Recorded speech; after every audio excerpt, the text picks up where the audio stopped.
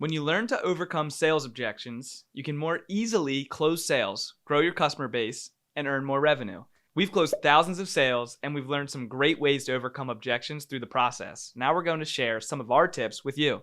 Let's start by looking at some of the most common sales objections you might hear. 1. I don't think this product or service will fix my problem.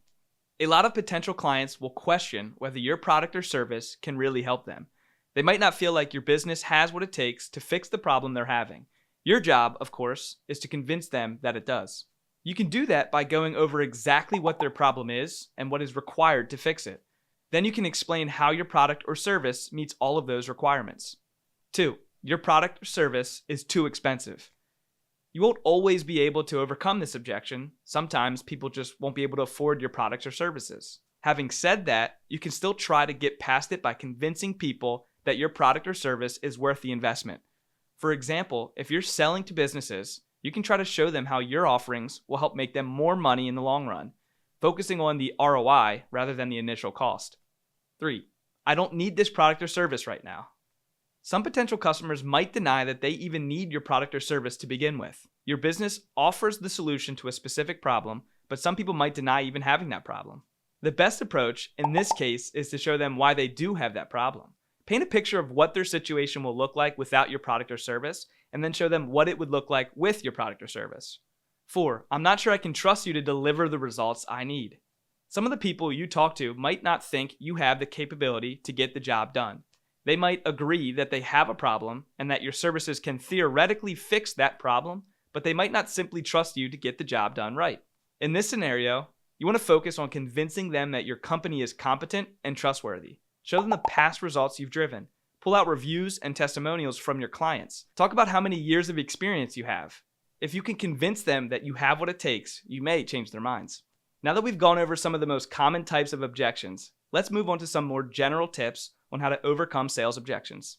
1. Ask clarifying questions. Whenever you hear an objection, the first thing you should do is ask some questions to clarify where the objection is coming from.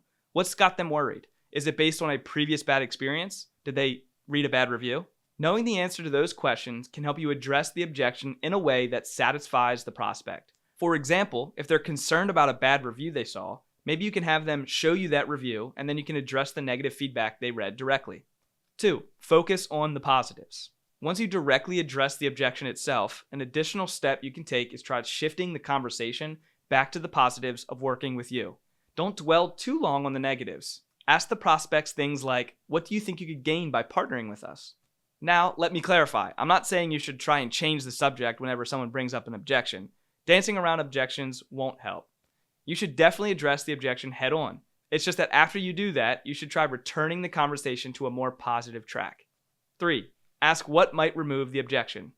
One of the easiest ways to address an objection is to just ask the prospect how to fix it. Whatever the prospect is worried about, you can just ask, okay, so what would alleviate that concern? Sometimes the answer might be something you can easily do.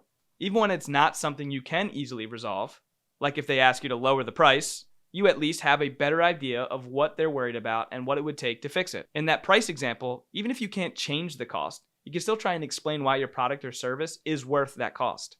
4. Be willing to take no for an answer. We've talked about several different methods of handling sales objections, but one thing you have to accept is that there will still be people who might still decide not to buy from you. It's okay to try persuading them to drop their objections, but if it doesn't work, you need to be prepared to take no for an answer. If you keep pushing past a reasonable point, you'll just make people angry, which will hurt your brand reputation. Following the tips I just went over should help you drive a lot more sales. If you want to learn more helpful digital marketing and sales info like this, be sure to subscribe to our YouTube channel. You can also subscribe to Revenue Weekly, our email newsletter. Thanks so much for watching, guys. See you in the next one.